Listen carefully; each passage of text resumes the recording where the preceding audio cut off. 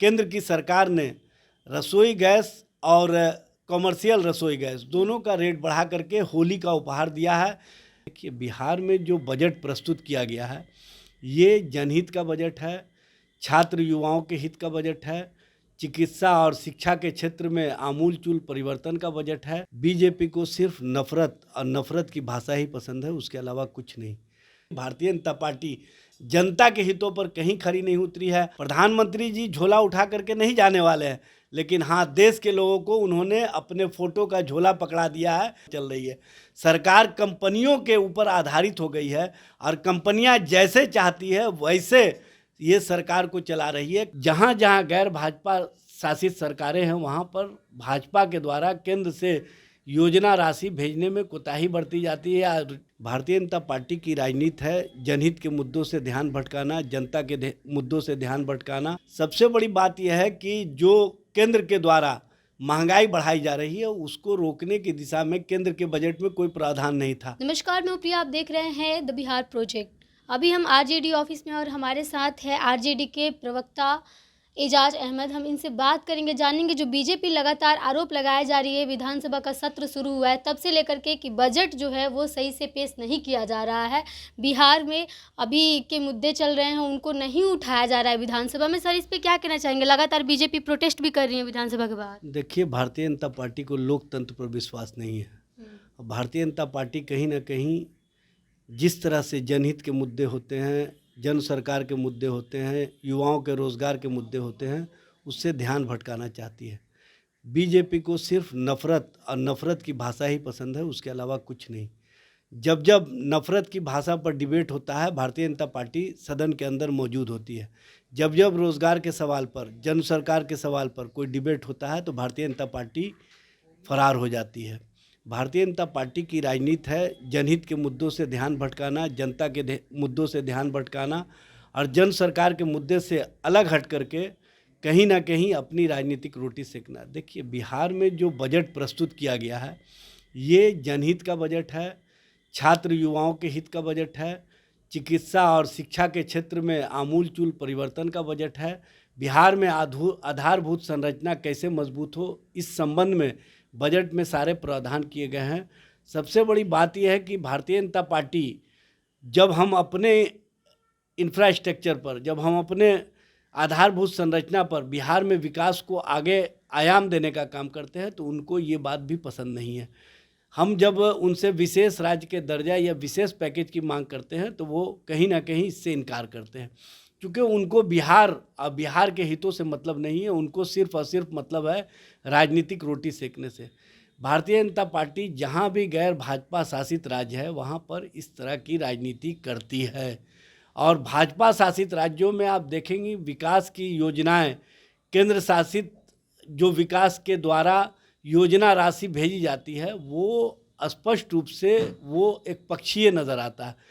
जहाँ जहाँ गैर भाजपा शासित सरकारें हैं वहाँ पर भाजपा के द्वारा केंद्र से योजना राशि भेजने में कोताही बरती जाती है या राशि भेजी भी जाती है तो इतना डिले कर दिया जाता है कि उस योजना का कहीं ना कहीं जो मूर्त रूप देना है उसमें रुकावट पैदा हो जाता है। ये है भारतीय जनता पार्टी की सोच।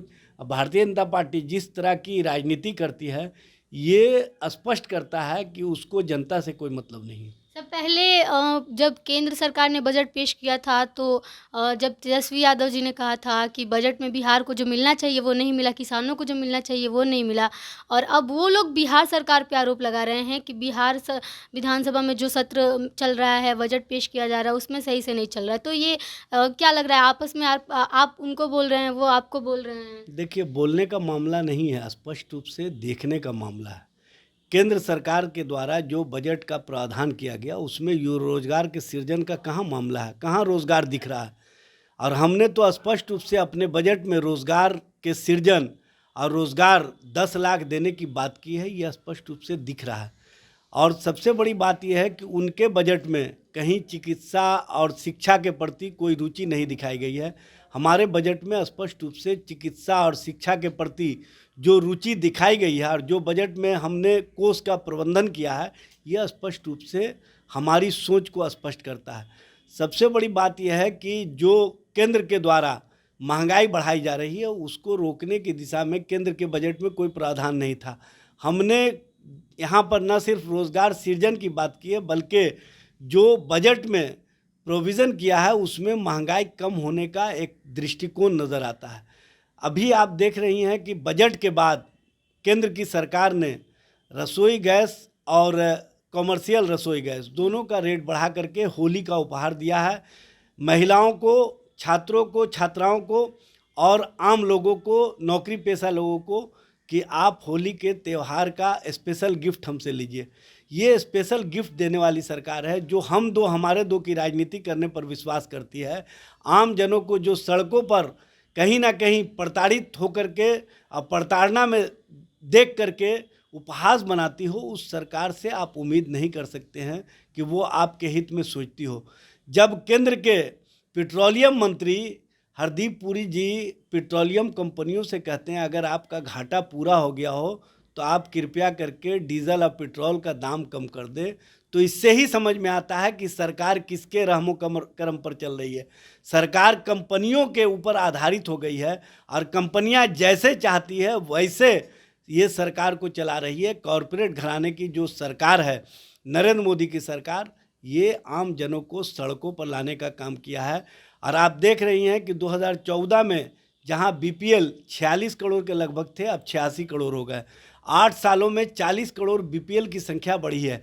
और माननीय प्रधानमंत्री जी कहते हैं कि हम झोला उठा के आए थे, झोला उठा के चल देंगे।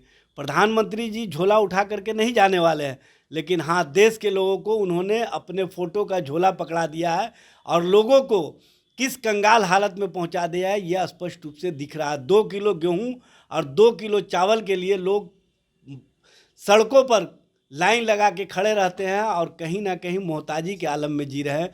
जो आम लोगों का सोच है, उस सोच को, उसके काम करने की कार्यशैली को नरेंद्र मोदी सरकार ने पूरी तरह से समाप्त कर दिया है और सिर्फ इनको इस हालत में पहुंचा दिया है कि आप झोला हमारे फ़ोटो का लेके खड़े रहो, तुम्हारे जीने का हमने प्रबंधन कर दिया है। जो जीने का प्रबंधन करने वाली सरकार है, जो लोगों के विकास के प्रति, विकास की सोच के प्रति कहीं ना कहीं अवरुद्ध खड़ा करती हो, उस सरकार से आप उम्मीद नहीं कर सकते। इसलिए भारतीय जनता पार्टी जनता के हितों पर कहीं खरी नहीं उतरी है। हाँ, जनता को कहीं ना कहीं उस उम्मीद में खड़ा ज़रूर कर दी है कि अब आएगा 2 किलो अनाज, और उसी इंतज़ार में लोग हमेशा लाइनों में खड़े रहते हैं। ये लाइन में लगाने वाली सरकार है और हम कहीं ना कहीं लोगों को उनके रोज़गार के साथ जोड़ करके उनको भविष्य को बेहतर बना करके ये स्पष्ट करना चाहते हैं कि हमारी सरकार युवाओं के प्रति, युवाओं के रोज़गार के प्रति जो संकल्प लेकर के आई है उसको हम पूरा कर रहे हैं। कुछ दिन पहले वो आपको बजट समझा रहे थे, अब क्या आप उनको खुद बजट समझ में नहीं आ रहा, आप लोग जो पेश कर रहे हैं? देखिए, उनको समझ में आता तो अडानी और अंबानी के लिए राजनीति नहीं करते। उनको कहीं समझ में नहीं आ रहा है। उनको अगर समझ में आता तो वो तेल कंपनियों के लिए राजनीति नहीं करते। इस तरह की राजनीति करने वाली भारतीय जनता पार्टी कहीं ना कहीं जनता और जनता के हितों से अलग हो गई है और सिर्फ 2 लोगों की राजनीति कर रही है। और 2 लोगों का कैसे औद्योगिक घराना बचा रहे, इसी पर माननीय प्रधानमंत्री जी का ध्यान रहता है। बहुत बहुत धन्यवाद। हमारे साथ थे आरजेडी के प्रवक्ता एजाज अहमद जी। उन्होंने कहा कि बीजेपी जो है वो खुद बजट नहीं समझ पा रही है, इसीलिए इस तरह के आरोप लगा रही है कि विधानसभा में बजट सही से पेश नहीं हो रहा है और ऐसे आरोप लगाए जा रहे हैं। जबकि बिहार के बजट में इस बार शिक्षा, रोज़गार और कई तरह के जो नए स्कीमें हैं उसको जोड़ा गया है। साथ ही साथ जो जनता है उनकी पूरी ज़रूरतों का ध्यान रखा गया है बजट में, लेकिन जो बीजेपी है वो समझ नहीं रही है। बहरहाल बनी रहे हमारे साथ, देखते रहिए द बिहार प्रोजेक्ट। धन्यवाद।